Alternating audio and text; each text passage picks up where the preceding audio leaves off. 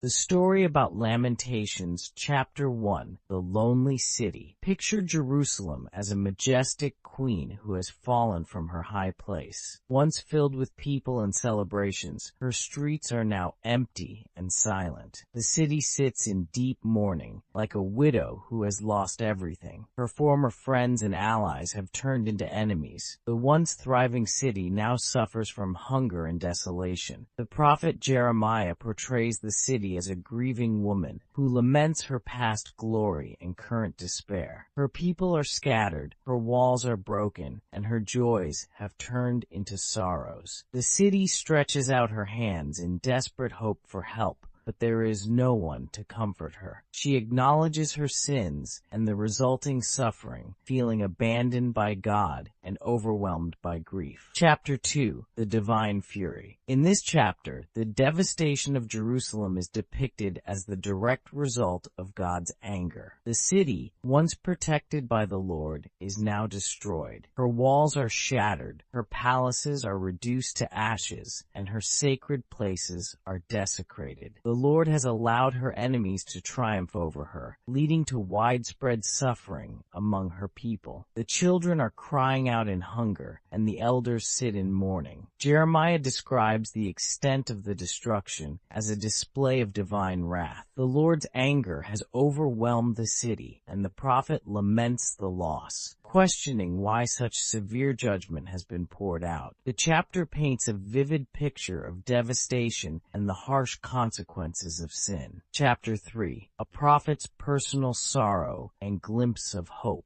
Jeremiah speaks from his own experience of deep sorrow and suffering. He feels as if he is trapped in darkness with no way out. His soul is burdened, and he feels crushed under the weight of grief. Yet amid this profound despair, a thread of hope emerges. Jeremiah remembers that the Lord's mercies are new every morning, and that his faithfulness is great. Despite the intense suffering, Jeremiah believes that God's love and compassion remain unchanged. He urges the people to wait patiently for the Lord and to seek his forgiveness, trusting that God will not abandon them forever. The prophet's reflection brings a hopeful perspective, encouraging endurance and faith in the midst of hardship. Chapter 4, The Fall from Splendor. The chapter depicts the dramatic decline of Jerusalem from a place of glory to utter ruin. The city's former leaders, who once lived in luxury, are now destitute, scavenging for food. The once cared for children now wander the streets, neglected and starving. The chapter reflects on the extreme suffering caused by the city's sins. It describes how the people's actions have led to their downfall, with consequences so severe that mothers are driven to the unthinkable, cooking their own children in desperation. The prophet reflects on how Jerusalem's punishment is greater than that of other cities, because she had the knowledge of God's ways, but chose to rebel. The city's fall is portrayed as both a tragic result of sin and a lesson in the consequences of turning away from God. Chapter 5, A Cry for Renewal. In the final chapter, the people of Jerusalem make a heartfelt appeal to God for restoration. They acknowledge their sins and the suffering they have endured, recognizing that their current state is a result of their disobedience. They remember the times when they were blessed and protected by God, contrasting those days with their present suffering. The people cry out for God's mercy, asking him to remember their plight and to restore them to their former state. They feel abandoned and like orphans, with their land taken over and their joy turned to sorrow. The chapter ends with a poignant plea for God to renew their days as of old, expressing hope that God will once again favor and restore his people.